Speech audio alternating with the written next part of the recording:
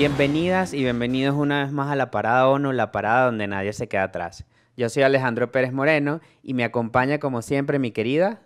Yo soy Claudia Uribe, bienvenidos y bienvenidas y muchísimas gracias Ale, súper contenta de estar en un nuevo episodio trabajando contigo y bueno, con todas estas personas que nos han visto desde el inicio de este proyecto. Sí, es maravilloso volver acá a la Parada ONU y volver obviamente con mi querida Claudia. Y esta vez es que estaremos conversando un tema súper interesante, Claudia. Un tema además que es muy sensible y un tema además que nos deja un aprendizaje o nos va a dejar un aprendizaje tremendo, que es el tema de la discapacidad. Cómo Ujú. abordar la discapacidad, pero no solo cómo abordarla, sino también cómo trabajar en los temas de inclusión. Sí, me encanta este episodio y yo vengo con una racha de inspiración, ¿sabes? Del episodio anterior, Qué bueno. porque esos invitados que tuvimos a Yoconda Mota Gutiérrez del Fondo de las Naciones Unidas para las Poblaciones, UNFPA, tuvimos a esa genia de la tecnología, que fue Yanis, una muchacha que nos sorprendió con todo ese conocimiento y ese desarrollo que tiene de la parte tecnológica. Y también con Gaby estuvieron estos jóvenes que forman parte de la iniciativa de UNICEF Expresión Z, La Juventud Habla, y yo aprendí muchísimo sobre redes, sobre emojis, sobre muchísimas cosas. Y bueno, hoy al abordaje del tema de la discapacidad, cómo trabajarla, cómo ser más empáticos, cómo ser más eficientes en la respuesta que vamos generando desde Naciones Unidas a este tema. De verdad que me tiene muy ilusionada y sé que los invitados que vamos a tener hoy, Ale, van a ser espectaculares y que nos van a guiar muy bien para salir fortalecidos y para apoyar mucho más a las personas con discapacidad. Así es, Claudia, es que desde Naciones Unidas, además de los ODS, de los que siempre hablamos y que siempre nos acompañan, también tenemos estrategias diferenciadas Ujú. sobre el tema de la discapacidad, cómo abordarla, cómo trabajarla, cómo incluso dar recomendaciones de política para que los gobiernos, las sociedades, el sector privado, la academia comience a trabajar estos temas de inclusión y comience de alguna manera a un proceso de transformación. Y bueno, con los invitados de hoy vamos a explorar justamente eso, ¿no? Una visión desde una discapacidad propia, pero también una visión desde la Ujú. implementación de programas. Así Entonces va a ser es. súper interesante esta conversación. Y como siempre, hablamos de ODS y los acercamos cada vez más a nosotros. Tú hablaste de las empresas, autoridades, Gobierno, Naciones Unidas y otros actores, pero los ODS están en todos y todas, están en cada uno de nosotros y nosotras. Y aquí lo vamos a demostrar una vez más y cómo los vamos a poder presentar, cuántos de ellos están trabajando a través de las iniciativas de inclusión para las personas con discapacidad y nos los van a contar dos protagonistas de verdad que nos vayan a llevar a un entendimiento más profundo de este Así es, tema. Claudia, y creo que te están llamando. Sí, Ale, aquí está. Ya va. Aló, Claudia, una pregunta. ¿A la parada puedo entrar en silla de ruedas? Sí, vale, creo en la parada no cabe todo el mundo. Es para todas y todos. Ok, sí. Brillante. Claro que sí. Vamos. Juan Pablo y Santiago, bienvenidos a la parada ONU, la parada donde nadie se queda atrás. ¿Cómo llegaron? ¿Todo chévere? Gracias, muy bien. Un poco nervioso estar aquí. Nervioso, Juanpi, pero si tú eres presentador de televisión, Bueno, pero por hacerlo conferencista. bien, por hacerlo bonito, por ser inclusivo en todo lo que se dice. Que a veces es complicado, por más que uno lo practique y por más que uno viva con este propósito, siempre es como complicado no dejar a nadie atrás. Santiago, bienvenido. Muchísimas gracias por tenerme aquí, de verdad, Clau. También llegué sin problema. Qué bueno. Nos alegra mucho tenerlos a ambos, de verdad. Vamos a ir conociendo un poquito más el trabajo de los dos. Con Juan Pablo he tenido el placer de trabajar desde hace algunos meses ya, desde abril, si no me equivoco, Juanpi, que ha estado trabajando, colaborando con el ACNUR en varias actividades. Y bueno, con Santiago estoy súper intrigada por conocer los programas del Programa Mundial de Alimentos, que nos vas a estar contando aquí un poquito más sobre eso. Pero antes de entrar en el tema, quisiésemos que nos cuenten un poco sobre ustedes, qué hacen, de dónde vienen, un poco, háblennos de ustedes. Entonces, bueno, comencemos por ti, Santiago. Adelante. Claro que sí. Bueno, una vez más, muchas gracias. Yo soy Santiago García. Yo, de hecho, soy un psicólogo de acá de Venezuela. Wow. Interesante. Cuando me gradué, digamos, como por mi formación, yo tenía muy claro que yo quería trabajar con personas, ayudar a las personas a que manifestasen su potencial, a crecer, pero tampoco me veía haciéndolo desde un consultorio. Yo sabía Ok. desde un inicio que yo quería salir a la calle, entrar en contacto con la gente. Y he estado trabajando en diversos proyectos y la vida me trajo al Programa Mundial de Alimentos, Ok. ¿sí? Que actualmente está implementando un programa de comidas escolares en 8 estados del país. Actualmente atiende a más de 2.000 escuelas. Y cuando yo entro, hace ya más de 2 años y medio, nos dimos cuenta que un grupo de las escuelas que atendíamos eran escuelas de educación especial, escuelas que atendían a personas con discapacidad, pero nosotros les estábamos dando exactamente la misma asistencia que le dábamos al resto de las escuelas, a pesar de que el contexto y las necesidades de estas personas eran completamente diferentes. Y a lo largo de estos años he estado trabajando en, bueno, adaptar un poco el programa a este contexto y a estas necesidades, escuchando a las personas con discapacidad que están en el programa, que están en Venezuela, y creo que aprendiendo muchísimo de ellas día a día. ¿Y tú, Juan Pablo? Cuéntanos de ti. Bueno, mi nombre es Juan Pablo dos Santos, soy un joven de 25 años y a los 20 años, el 8 de septiembre del 2019, me tocó perder mis 2 piernas en un accidente de tránsito, situación muy compleja, mi familia no tenía los recursos, tuvimos que abrir campañas de todas las maneras que se podían para cubrir los gastos médicos. Y cuento esta parte porque de ahí nace un poco mi parte de querer ayudar. Fue por sentir que había recibido demasiado y después era como que, bueno, ahora después de haber recibido tanto, ¿cómo devuelvo un poco de todo lo bueno que me ha pasado? Tuve la oportunidad también de llegar a Brasil, a la mejor clínica de Latinoamérica en prótesis, de hacer toda mi rehabilitación, de tener unas prótesis de primer mundo.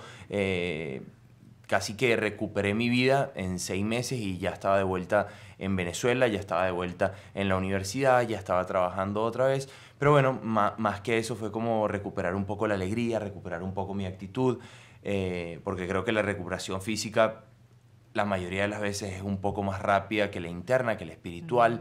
Y bueno, ahí fue donde estuvo el foco principal de mi atención, en empezar a desarrollar herramientas que me permitieran estar bien conmigo, en aceptarme, en amarme, en empezar a entender mis diferencias, en no ver las limitaciones desde la rabia, sino desde el cómo puedo contribuir a que estas cosas cambien, porque yo no soy la única persona que tiene discapacidad en el mundo. Entonces al final, si yo estoy viviendo esta rabia la debe vivir todo el mundo, o todas las personas que tienen algún tipo de discapacidad o condición.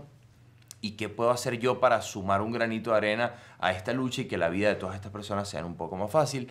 Empecé a tener cada día más seguidores en las redes sociales porque básicamente yo empiezo a hacer videos en redes sociales para agradecer a todas esas personas que no tenían cara ni nombre porque habían hecho donaciones anónimas en la campaña de GoFundMe. La persona que me envía con todos los gastos pagos a Brasil a hacer todo mi tratamiento protésico también queda en el anonimato, nunca tuve la oportunidad de conocerla. Entonces era como esa sensación rara de que ni siquiera sé a quién darle las gracias. Entonces la mejor manera que encontré fue contar mi día a día por mi Instagram. Comencé en ese momento, al tiempo comenzaría también a hacerlo por TikTok, y sentía que esa era la manera de contarle a todas esas personas anónimas cómo iba y que en verdad estaba luchando por aprovechar todas las oportunidades que se me habían dado. Cuando vuelvo a Venezuela, comienza la pandemia y bueno, golpe tras golpe. Yo decía, bueno, ahora el encierro, pues la verdad me sirvió mucho porque me enfoqué mucho en hacer mis terapias físicas, en fortalecer lo que quedaba de mi cuerpo para que eso que quedó pudiera mover lo que venía extra, que vendrían siendo las prótesis. Y allí empiezo a ver que hay un montón de gente, no solo en Venezuela, no solo en Latinoamérica, sino en el mundo entero, que necesitaban ayuda, que tampoco tenían recursos para cubrir cosas básicas. Entonces ahí empieza la idea a rondar en mi cabeza de abrir una fundación, de empezar a colaborar con otras. Lo comencé a hacer de la manera más fácil para mí en ese momento, que era hacer un capture de la campaña de GoFundMe de alguna persona, postearlo y poner el link. Y yo decía, bueno, por lo menos estoy ayudando, estoy visibilizando sus historias. Hasta que un día monté la de un niño con discapacidad. Él es de Cumaná y le faltaban las 2 piernitas. A las 2 horas me contacta una persona, me dice, mira, somos el grupo tal, tal y tal, nosotros queremos permanecer en el anonimato, pero queremos hacernos cargo de todo el tratamiento de este niño. Necesitamos que tú seas el intermediario, que vayas, lo conozcas, lo lleves a diferentes ortopedias para que él vea cómo se siente, evalúen presupuestos y podamos ponerle sus prótesis. Básicamente lo mismo que había pasado en mi historia, porque en mi historia contactan a Luis Olavarrieta y Luis Olavarrieta sirve como intermediario para que yo recibiera mis prótesis y esa donación de de ir a Brasil. Entonces aquí dije como que, bueno, o sea, la verdad es que estoy creando una comunidad muy grande que estoy aprovechando de la manera más mediocre y no estoy haciendo algo positivo realmente o no estoy dando el 100% en esto.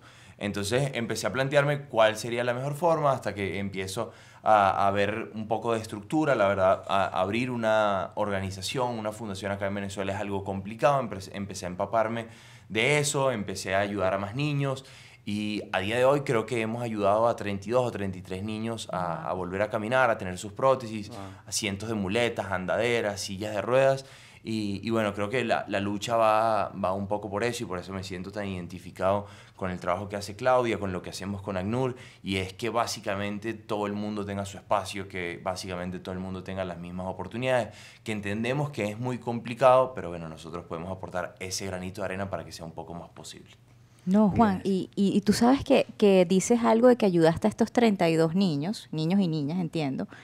Pero sí, los hay hasta abuelitos. Yo digo niños y niñas ok, porque es como perfecto. que con los que más hemos hecho, pero de hecho llevamos una abuelita de 90 años y hoy en día camina.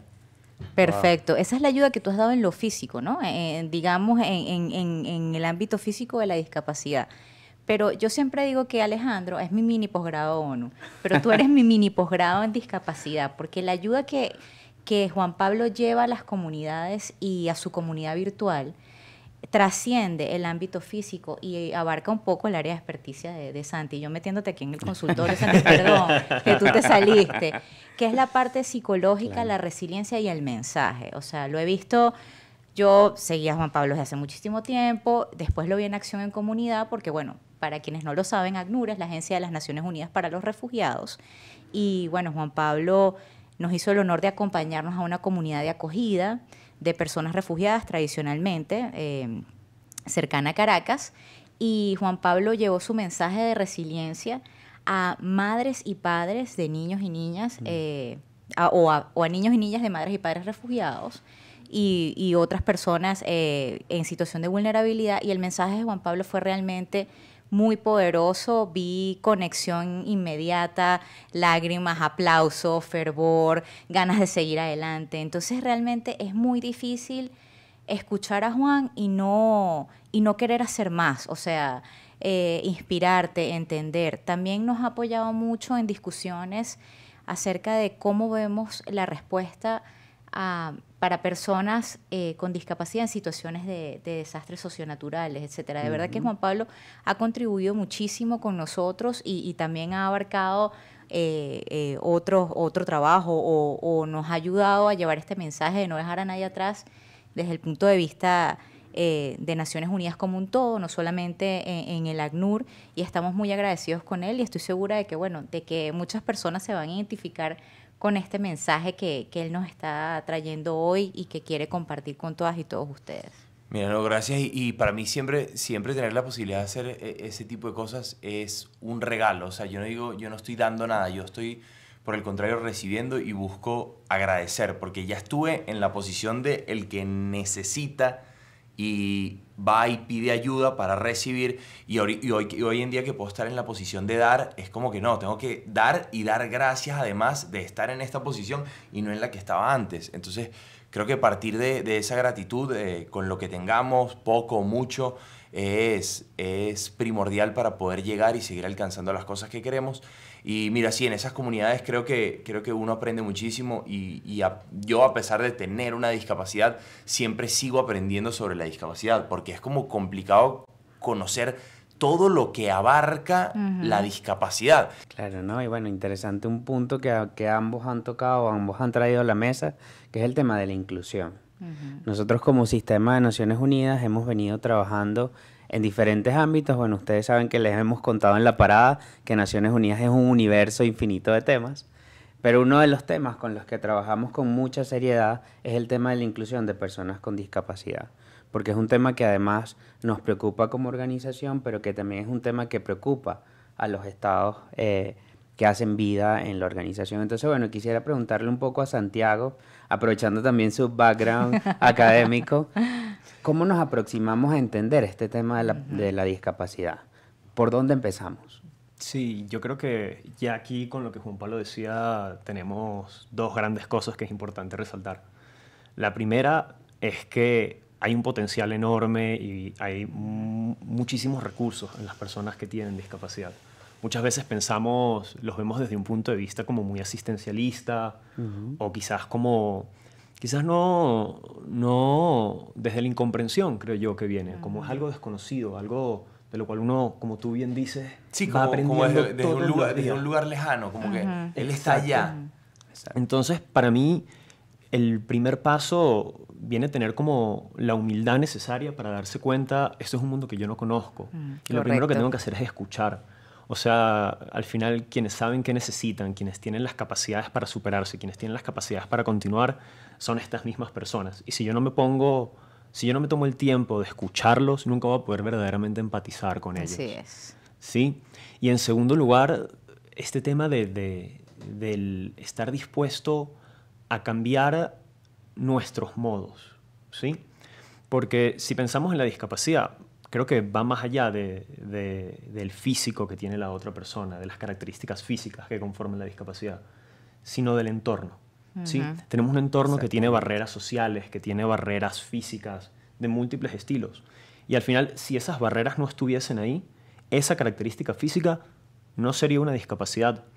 Entonces creo que también es como el mirar hacia adentro y decir, bueno, ¿qué cosas de nosotros, de nuestras instituciones, de nuestro ambiente, de la forma en la que nos tratamos, podemos cambiar para hacer, en primer lugar, sentir a esta persona verdaderamente incluida y, en segundo lugar, que efectivamente pueda hablar y pueda movilizarse? Para mí hay algo como sumamente bonito cuando he ido a campo y voy a las distribuciones de alimento que hace el PMA.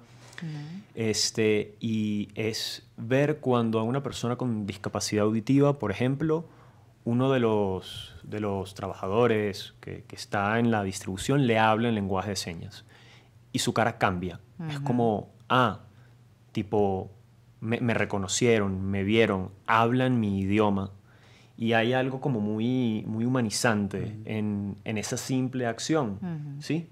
Fue de la misma manera en la que una persona puede hablar otro idioma, aprender a hablar inglés para hablar con alguien que hable ese idioma. Bueno, uno puede aprender a hablar el lenguaje de las personas que tienen algún tipo de discapacidad.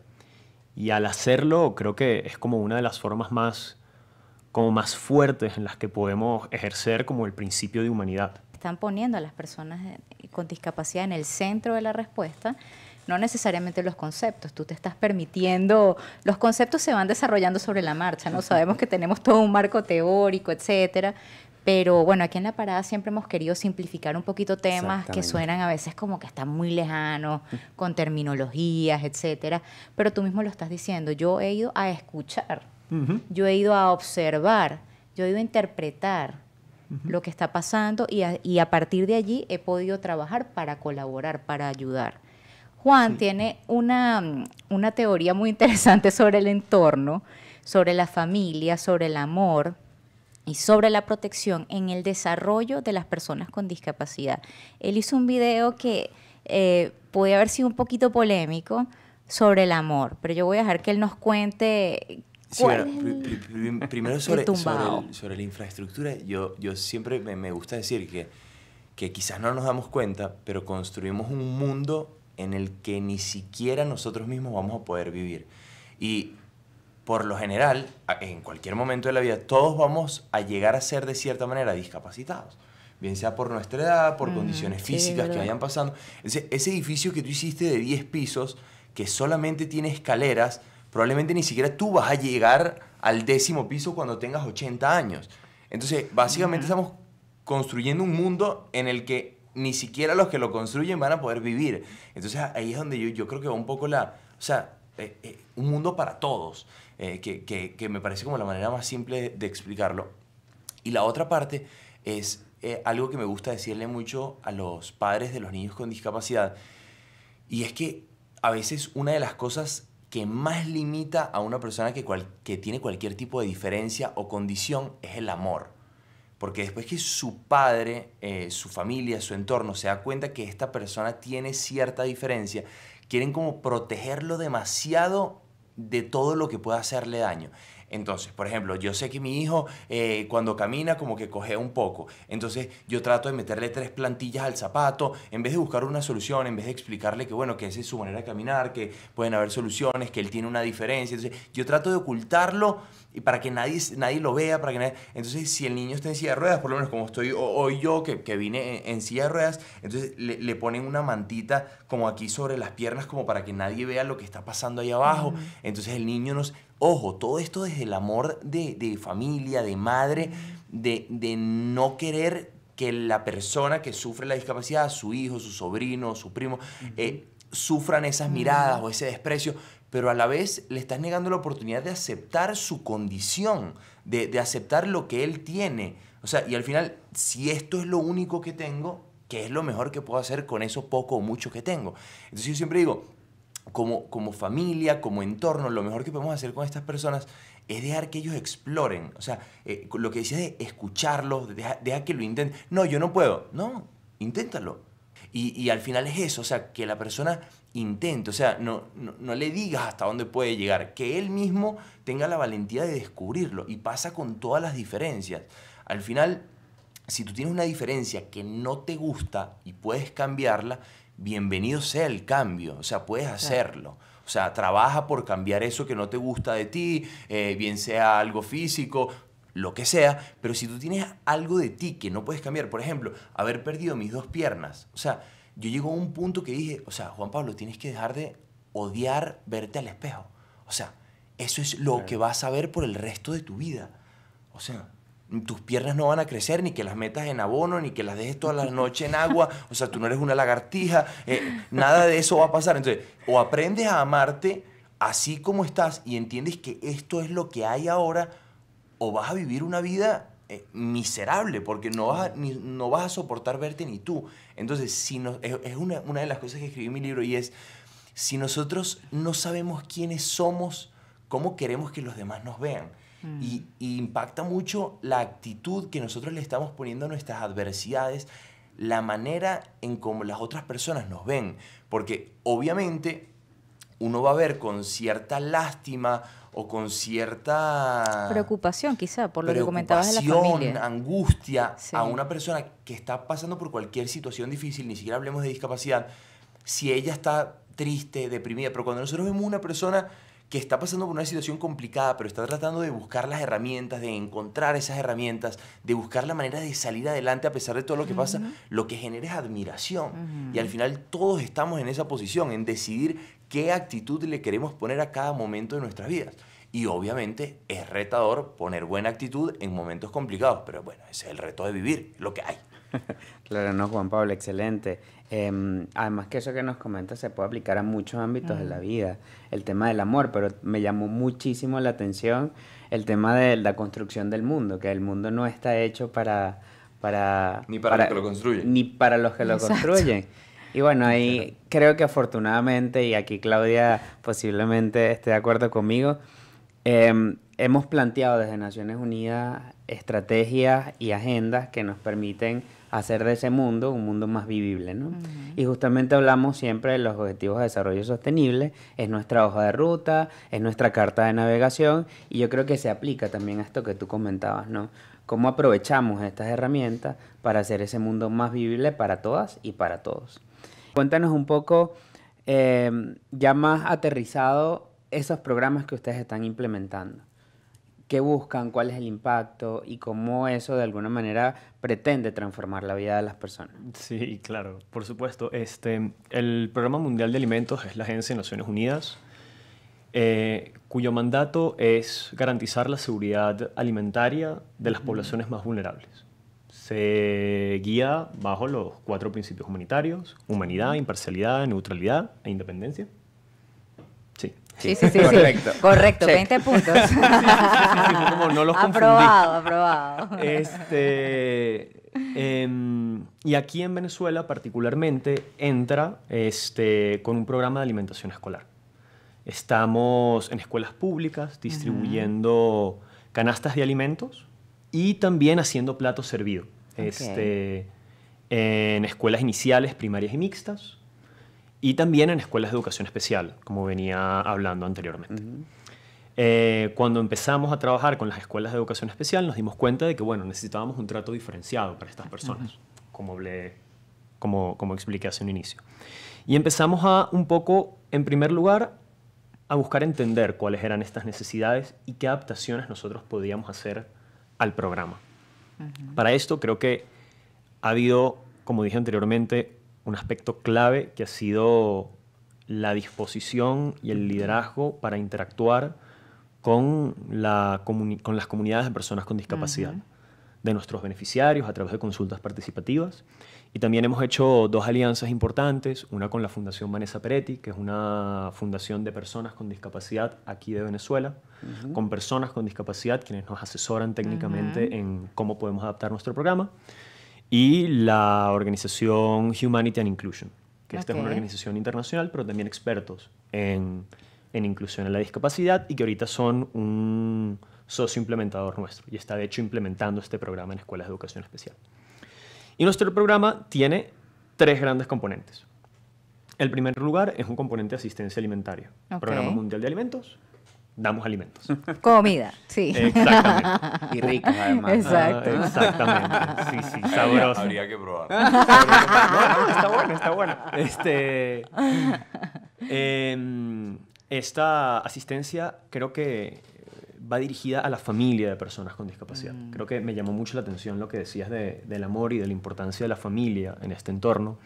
Una cosa que nos hemos dado cuenta es que trabajar solo con la persona con discapacidad no es suficiente. Tenemos que trabajar con sus profesores, con su familia, con toda la comunidad escolar que lo rodea. El entorno. Exactamente. Es un enfoque sistémico, es el entorno que lo rodea y que al final, si logramos trabajar con este entorno, vamos a poder disminuir y convertir esas barreras que les impiden a las personas con discapacidad participar y hablar y expresar sus sentimientos y opiniones en facilitadores. Después de la asistencia alimentaria, tenemos un segundo componente que es justamente de fortalecimiento de capacidades, que un poco lo que busca es sensibilizar y concientizar a la comunidad escolar, a nuestros socios implementadores, y a los mismos familiares de nuestros beneficiarios en temas de inclusión. Creo que un aspecto importante de esto ha sido poder hacer nuestras distribuciones más accesibles.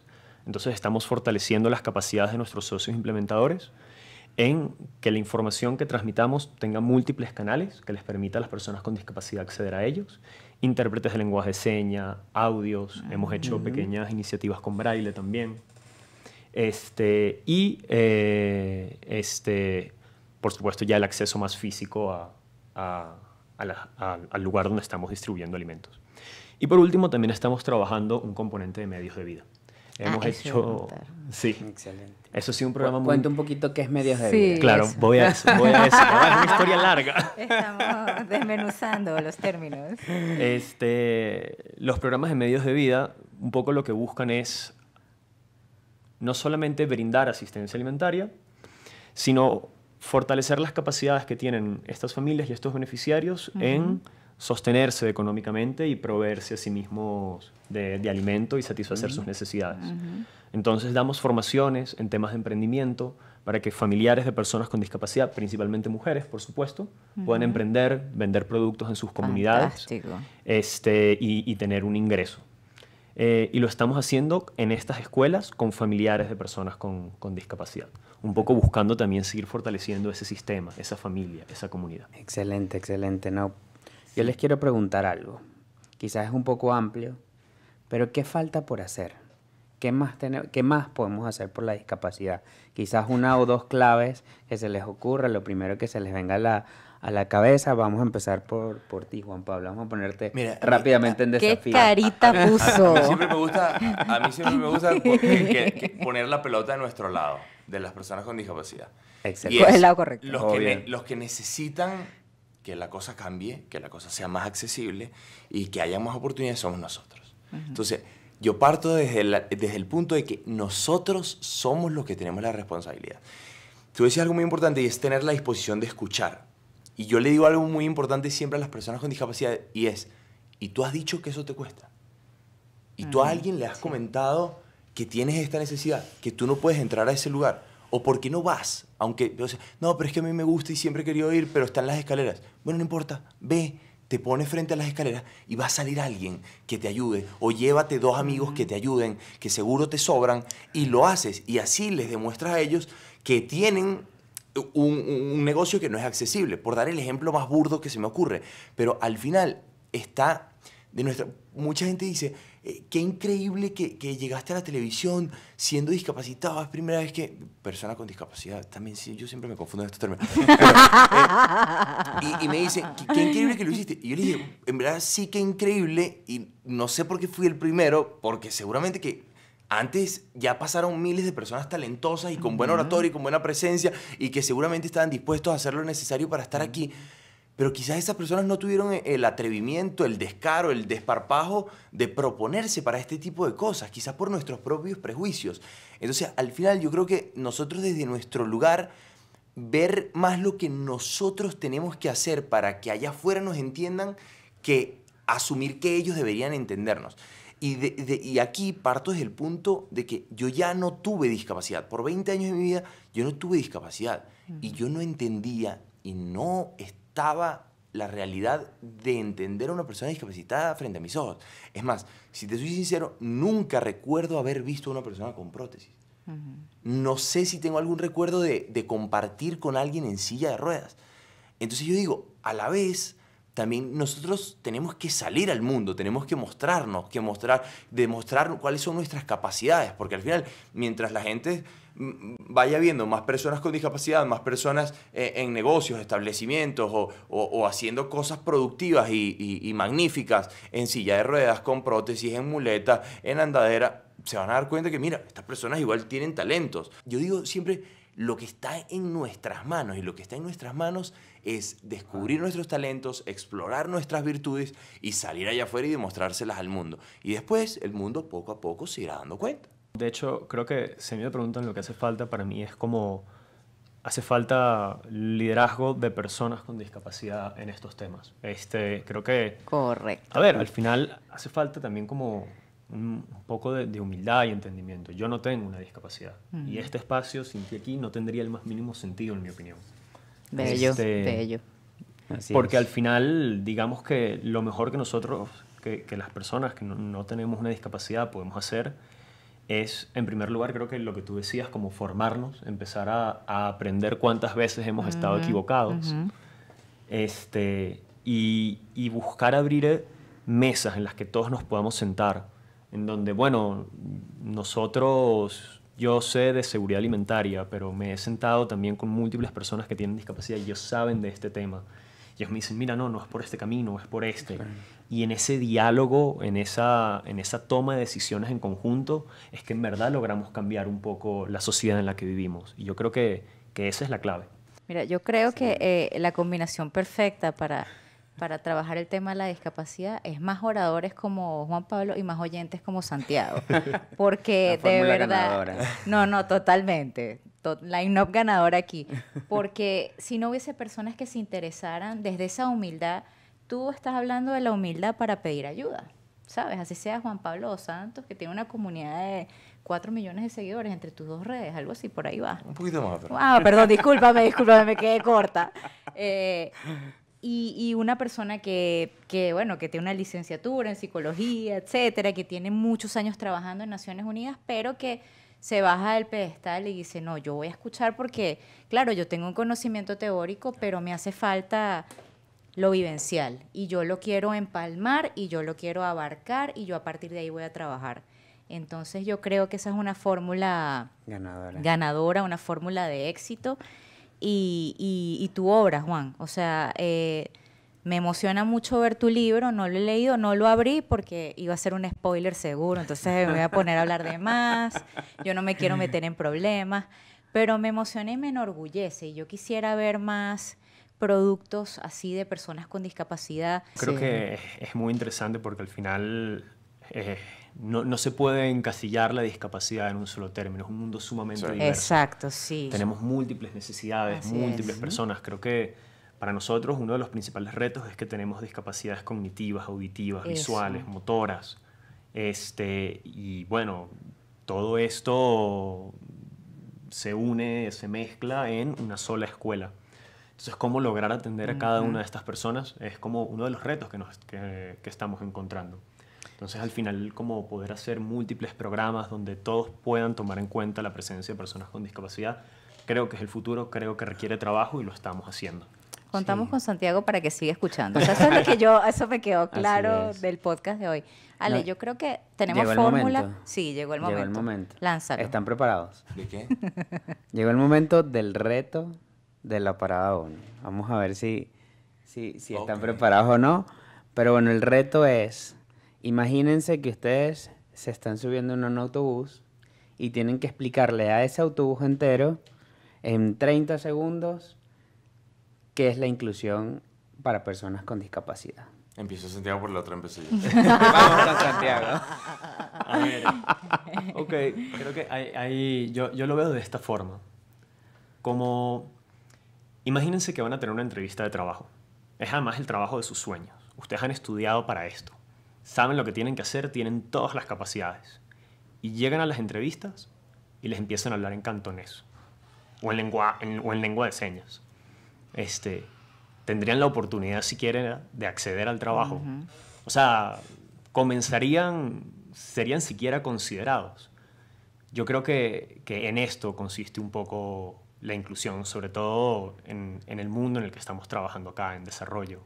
Como queremos brindar oportunidades, queremos brindar ayuda, pero muchas veces los programas que hacemos, las cosas que hacemos, no están siquiera estructuradas o formadas para que muchas personas puedan acceder a ellas. Entonces, si nosotros hablamos de inclusión, hablamos de hacer que hablemos el mismo idioma que estas personas y que estas personas puedan participar en esa entrevista de trabajo. Y al final ellas tienen la potencialidad, ellas saben lo que hace falta hacer y ellas van a brillar. Como queda de nuestro lado hacer un entorno que lo facilite. Fantástico. Maravilloso. Bueno, 20 puntos. Juan Pablo. ¿Me podría repetir la pregunta?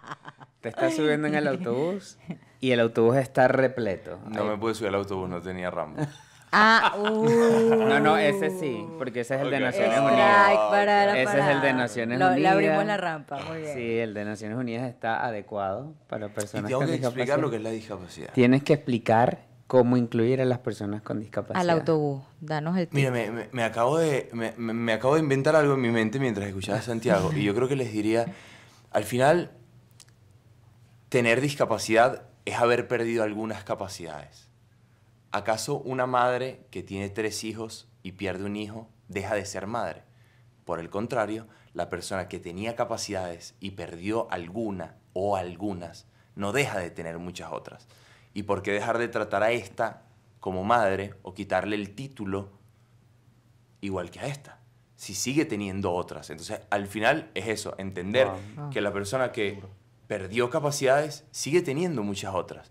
De hecho, hay un simbolito que me gusta mucho, que yo no sé ni de qué es, si es de alguna marca o a qué se refiere, pero que dice como imposible y tacha la palabra ahí, la I y la M y queda posible. Es eso, o sea, no te quedes con lo que te falta, o sea, quédate con lo que te sobra para lograr las cosas que quieres. No, pero es que yo tengo tal condición. Ay, todo lo otro que tienes lo vas a desaprovechar. O sea, te vas a enfocar en lo que has perdido o en lo que no tienes o en todo lo que sí tienes para lograr las cosas que quieres. Creo que sería eso. Yo me monto en ese autobús. Yo también. Y aquí te voy a decir lo que sobra. Inteligencia, bondad, voluntad sobre todo. Y bueno, yo ya me conmoví otra vez antes de que empiece a llorar con estos 2 señores. De verdad, me encantó esta entrevista. Espectacular. Me encantó el abordaje que hiciste, Santiago, de verdad. O sea... Todos deberíamos tener el escucha de Santiago. Totalmente. Preparado a trabajar en mi escucha y a ser un mejor escuchador. No. Y esa humildad, no eres menos profesional por eso, por bajar del pedestal. Claro. Y estar allí con la comunidad. Me encanta. Esta es la idea de Naciones Unidas, personas trabajando por personas. Sí. Y Juan, bueno, mi respeto, mi admiración reiterada y fastidiosa, ya yo todo el tiempo se lo estoy diciendo, pero bueno, de verdad, muchísimas gracias a los 2 por venir y no sé, Ale, si tienes algún comentario, pregunta. Sí, yo creo que para resumir un poco esta conversación y trayéndole un poco a la parada 1, la parada donde nadie se queda atrás, y justamente ese principio que nosotros abogamos siempre, el de no dejar a nadie atrás, es el reflejo de esto, ¿no? Cómo nosotros nos ponemos en esa escucha, pero también cómo hacemos que las personas nos digan sus necesidades. Porque en esa medida nosotros vamos a poder efectivamente no dejar a nadie atrás. Entonces creo que esta conversación nos ha nutrido mucho, nos vamos entendiendo muchas cosas, nos vamos en la disposición de la escucha y esperamos tenerlos próximamente en la parada. No se pierdan la parada y no se pierdan el autobús. Y Ni el ustedes libro tampoco. tampoco. Y el Al libro vamos tampoco. a hablar. Muchísimas gracias, de verdad, por tenernos acá. Ha sido un placer. Muchísimas gracias. Placer. Aprendizaje y de verdad, lo que te digo, esto es como ir a la comunidad. Tú sientes que vas a ir a hablar de algo que tú sabes y te vas cada vez con más información y con más preguntas que se quedan dando vueltas en tu cabeza para encontrar respuestas más asertivas y que sigan expandiendo un poco el horizonte de seguir ayudando y cómo ayudar a más. Y por lo menos hoy me voy, y te lo digo en serio, admirado de la capacidad que tienes de sentirte en esa posición de no sé lo que tienes, pero quiero saberlo, quiero bello. entenderte. Sí, Aquí sí. estoy, dímelo, que voy a hacer todo para entenderte. Quien se va admirado soy yo. y De de verdad, verdad, admiro mucho todo el trabajo que has hecho. Me ha parecido excelente. Escucharte ha sido brillante. Oh. Bueno, y acuérdense, apoyen los ODS. Sí, por supuesto. Bueno, muchísimas gracias y nos vemos en la próxima edición de... Abrazote.